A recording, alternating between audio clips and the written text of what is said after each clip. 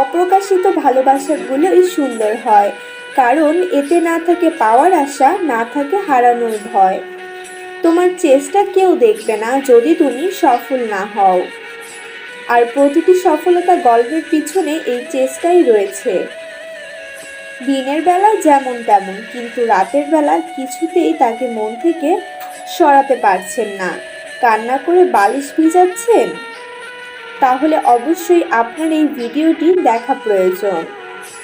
যদি এই 3টি কাজ আপনি করতে পারেন, তাহলে আপনার কষ্ট দূর হবেই।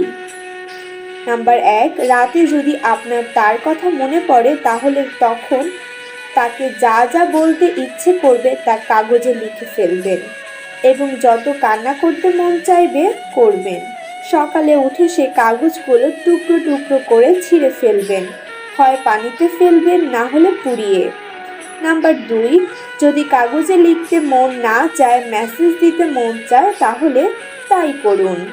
তাকে যা কিছু বলতে মন চায় সব বলুন, মেসেজ করুন এবং সব মেসেজ করার পর তাকে ব্লক করে দিন। নাম্বার 3, তাকে যদি মনে পড়ে তাহলে আস্তে আস্তে তার ছবি দেখা বন্ধ করে দিন এবং যখনই মনে পড়বে তখনই কোনো না কোনো কাজে ব্যস্ত হয়ে যান। আর বন্ধুরা, এই উপায়গুলো যদি আপনি প্রতিদিন করে থাকেন তাহলে আপনার কষ্ট দূর হবে। আর ভিডিওটি ভালো লাগলে অবশ্যই ভিডিওতে একটি লাইক করে কমেন্ট করে দিয়ে যাবেন। সবাইকে ধন্যবাদ।